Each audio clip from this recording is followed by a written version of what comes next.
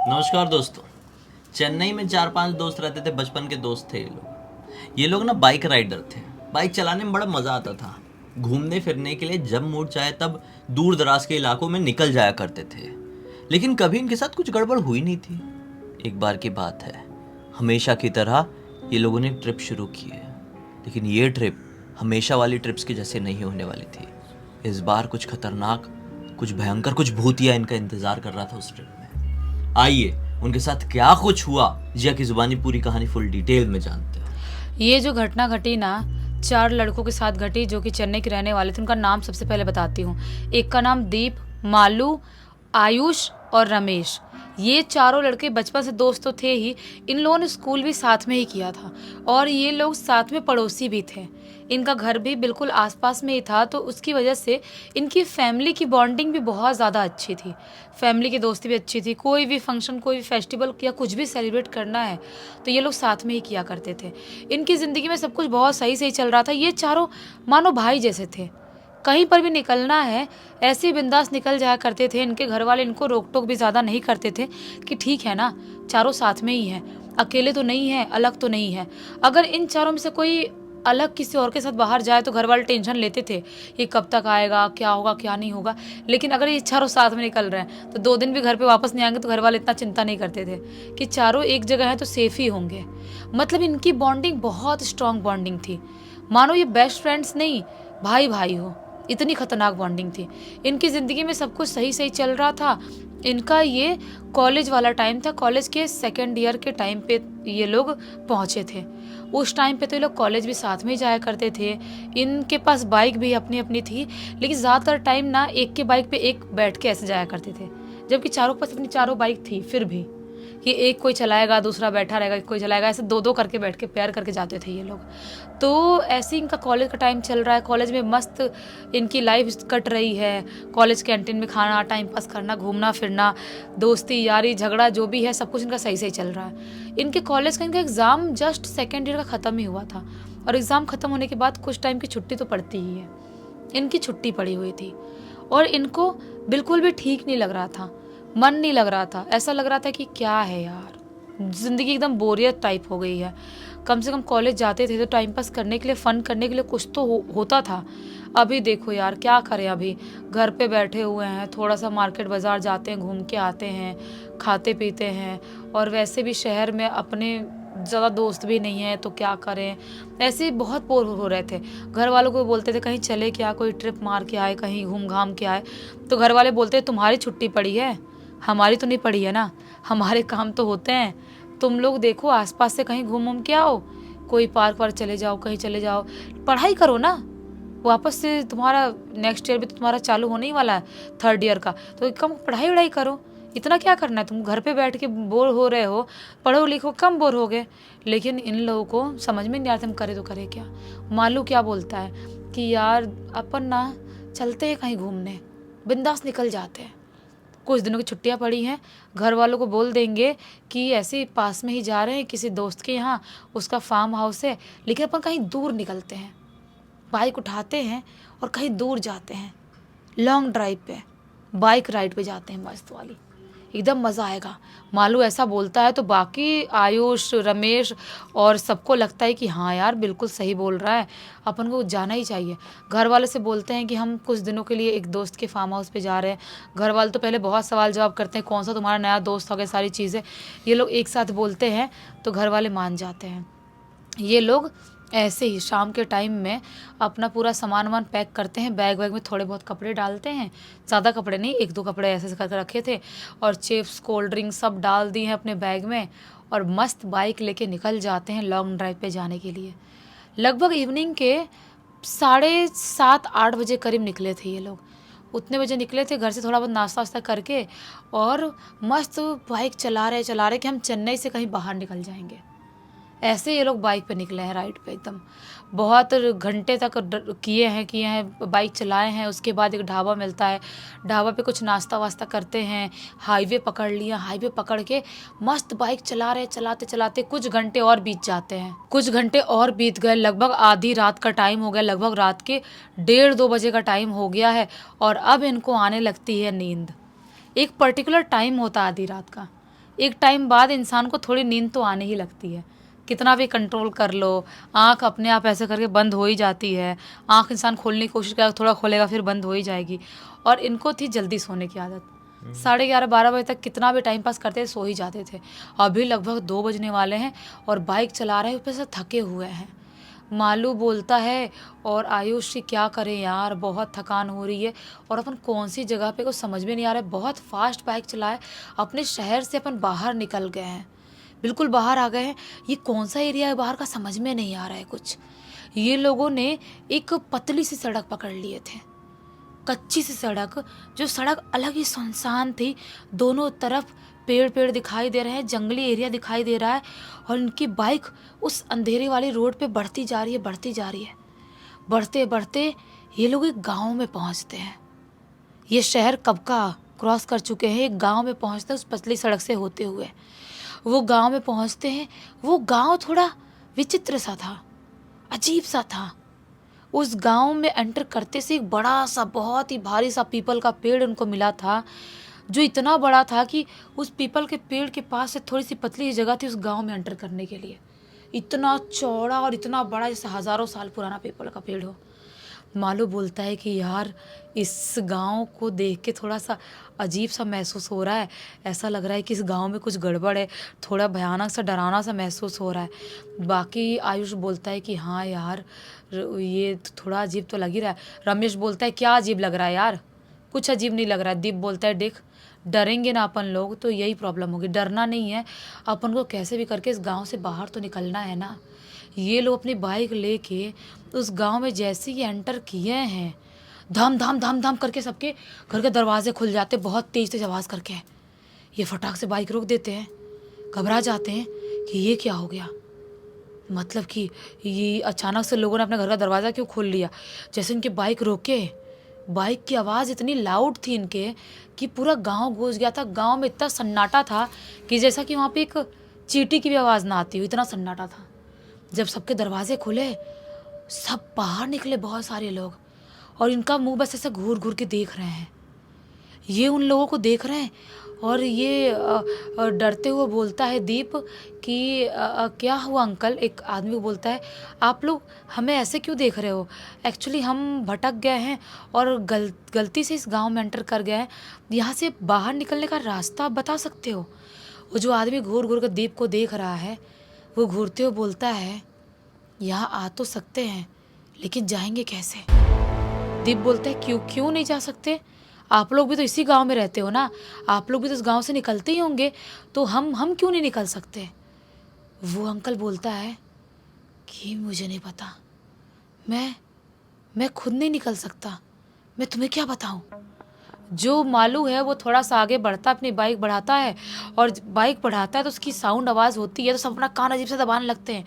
मालू बोलता है एक सेकेंड आप ऐसा क्यों रिएक्ट कर रहे हो। एक बूढ़ा सामने बोलता है ये क्या कैसी आवाज़ है, इस आवाज़ को बंद करो, बहुत अजीब आवाज़ है। ये बोलता है कि आपने कभी बाइक वाइक नहीं देखी, आप अजीब सी आवाज़ बोल रहे हो। अरे काका आप बताओ तो सही, आपके गाँव से बाहर कैसे निकले, हम यहाँ पे फंस गए हैं। वो जो काका है वो बोल रहा है कि फंस गए हो, तुम कैसे फंस सकते हो, गांव से बाहर निकलना हमें नहीं पता। वो अजीबोगरीब टाइप की 3-4 चीज़ें बोलता है वो बूढ़ा सा आदमी। मालू बोलता है देखो भाई, इन लोगों से पूछने कोई मतलब है नहीं, पता नहीं कौन सी चीज़ सूंघे हैं, क्या करें इन लोगों ने, कौन से नशे में, नहीं पता, ये कुछ बताना नहीं चाह रहे हैं। अच्छा बहुत बहुत धन्यवाद, आप लोगों ने बहुत अच्छा किया, आपके गाँव में कोई फंसा है तो आप लोग नहीं बता रहे हो, आप लोग अजीबोगरीब बातें कर रहे हो। ये लोग अपनी बाइक जैसे स्टार्ट करते हैं वैसे जो पीपल का पेड़ है ना, उस पर एक अजीब सी हलचल महसूस होती है। बहुत हजारों चमगादड़ एक साथ फड़फड़ाते हुए उड़ते उड़ते इनके बाइक के चारों तरफ मंडराने लगते हैं। ये उस नज़ारा को देख के अंदर से कांप जाते, इनकी रूह तक कांप जाते कि ये कैसे हो सकता है। वो चमगादड़ अभी ऐसे फड़फड़ा रहे होते, तभी अचानक से एक अजीब सी चीख इनको सुनाई देती है। तभी अचानक दीप बोलता है कौन है, कौन डराने की कोशिश कर रहा है, कि कौन चिल्ला रहा है। वो बूढ़ा सा आदमी बोलता है टोक दिया तुमने, टोक दिया, मुझे नहीं पता, जाओ या मत जाओ, जिंदा तो नहीं बचोगे आप। ये लोग बोलते हैं क्या टोक दिया, क्या जिंदा नहीं बचेंगे, कुछ समझ में नहीं आ रहा है। वो बोलता है मालू एक काम करते हैं, बाइक बढ़ाते हैं। मालू बाइक बढ़ाता है और रमेश जो दूसरी बाइक चलाता है वो उसके साथ बैठा दीप बाइक बढ़ाते हैं और बाइक बढ़ा के गाँव में ही अंदर ही अंदर एकदम स्पीड में बाइक चलाने लगते हैं। गाँव में एक अजीब सी हलचल महसूस होने लगती है, पक्षी चिल्लाने लगते हैं, चमगादड़ फड़फड़ाने लगते हैं, सियारों के कुत्तों की रोने की आवाज़ सुनाई देने लगती है, जैसा कि वहाँ पे इन लोगों ने कोहराम मचा दिया उस गांव में आके। ऐसी हालत वहाँ की हो जाती है। ये बहुत स्पीड में बाइक चलाते हैं, बिना कुछ सोचे समझे उस गांव से फाइनली बाहर निकल जाते हैं। उस गांव से जैसे ही बाहर निकलते हैं उन्हें एक ग्राउंड दिखाई देता है, जो मैदान था, खुला मैदान ऐसे ही। वो वहाँ जाते हैं और अजीब सा इनका गला सूख रहा है। इनको अचानक से बहुत तेज़ भूख लग रही है, जैसे कि पता नहीं सालों से नहीं खाए, ऐसा कुछ अजीब सा पेट से अजीबोगरीब आवाज़ आने लगती है। मालू बोलता है भाई मैं बाइक रोक रहा हूँ, मुझे कुछ ठीक नहीं लग रहा है, चक्कर तो ऐसे आ रहा है जैसे मैं बेहोश हो जाऊँगा, मुझे बहुत तेज़ भूख लग रही है, प्यास भी बहुत तेज़ लग रही है, हमें रुकना पड़ेगा। रमेश बोलता है हाँ मैं भी बाइक नहीं चला पा रहा हूँ, हमें रुकना पड़ेगा। वो लोग बाइक वहीं पर रोकते हैं और रोकते गिराते पड़ाते बाइक वहीं पर छोड़ देते हैं और जल्दी जल्दी अपना बैग खोलते हैं, बैग से कोल्ड ड्रिंक निकालते हैं, गट गट गट करके चारों पी जाते हैं और फटाफट जो चिप्स रखे थे वो कर कर चबाने लगते हैं बहुत तेज़ और अजीब से बोल रहे हैं भूख नहीं मिट रही है, भूख क्यों नहीं मिट रही है यार, कुछ समझ में नहीं आ रहा है। तभी बोलता है दीप यार तुम लोग इतना धीरे क्यों बोल रहे हो। बोलता है मालू और रमेश बोलते हैं कि धीरे धीरे कहाँ बोल रहे हैं हम, इतना तेज़ तो बोल रहे हैं, नॉर्मल तो बोल रहे हैं जैसे नॉर्मल बात कर रहे हैं। दीप बोलता है नहीं तुम लोग खुसफुसा के बात क्यों कर रहे हो। ये लोग बोलते हैं हम कहाँ खुसफुसा के बात कर रहे हैं, देखना तेज़ तो बोल रहे हैं। लेकिन जो दीप बोल रहा था उसकी आवाज़ भी बहुत खुसफुसाने जैसी आ रही थी। बोलता आयुष मुझे कुछ समझ में नहीं आ रहा है, मैं चिल्लाने की कोशिश कर रहा हूँ, मेरी आवाज़ बाहर क्यों निकल रही है, मैं चिल्ला क्यों नहीं पा रहा हूँ, मेरी आवाज़ खुसफुसाने जैसी क्यों आ रही है और तुम लोग की आवाज़ भी, ये क्या हो रहा है, कुछ समझ में नहीं आ रहा है। मैं तेज़ बोलने की कोशिश कर रहा हूँ लेकिन मेरी आवाज़ ऐसे क्यों आ रही है। तेज़ तेज़ बोल रहा था आयुष और ये अपना गला बहुत फाड़ फाड़ कर चिल्लाने की कोशिश कर रहे हैं, लेकिन इनकी आवाज़ बाहर नहीं जा रही है, जैसा कोई उनके गले को पकड़ के इनकी आवाज़ को किसी ने दबा दिया हो, ऐसी इनकी आवाज़ बैठी हुई समझ में आ रही है। ये बहुत ज़्यादा कोशिश कर रहे हैं, अजीब सा सर इनका घूम रहा है, इनको भूख लग रही है, वहाँ से मिट्टी उट्टी उठा के भागने लगते हैं। जो दीप है वो थोड़ा सा नॉर्मल महसूस कर रहा था, वो बोल रहा था यार तुम लोग ऐसा क्यों कर रहे हो, भूख तो मुझे भी लग रही है थोड़ी थोड़ी, लेकिन तुम लोग धूल मत खाओ, मिट्टी मत खाओ, ऐसा क्यों कर रहे हो, अपन निकलते हैं बाइक से। लेकिन ये तीनों सुन ही नहीं रहे हैं, अजीब से हाइपर हो गए हैं, जैसा इनके दिमाग में कुछ सवार हो गया है, अजीब से हाइपर हो गए। दीप उनको बहुत समझाने की कोशिश करता है लेकिन कुछ समझ में नहीं आता है। एक जगह बैठे हुए अजीब सा मिट्टी उट्टी खा रहे हैं, तभी अचानक से दीप क्या महसूस करता है, हमारे पीछे एक पत्थर का चबूतरा बना हुआ है और उसके ऊपर 4 लड़के बैठे हुए हैं। और जैसे उन 4 लड़कों की शक्ल देखता है दीप, तो क्या पाता है, वो 4 लड़के कोई और नहीं बल्कि हम ही चारों हैं, हमारी ही शक्ल है, सब कुछ हमारी ही है। जैसे उनको देखता है वापस से चीखने की कोशिश करता है दीप, लेकिन वो चीख नहीं पा रहा था, बहुत तेज चिल्लाने की कोशिश कर रहा है, चिल्ला नहीं पा रहा है। उसको अब समझ में आ गया था कुछ तो गड़बड़ है जो मेरे ऊपर हावी नहीं हो रहा है, इन तीनों पर बुरी तरह से हावी और मेरे ऊपर क्यों हावी नहीं हो रहा है। वो ऐसा सीना पकड़ता है अपना, अचानक से उसको महसूस होता है मैंने हनुमान जी का लॉकेट पहना हुआ हूँ।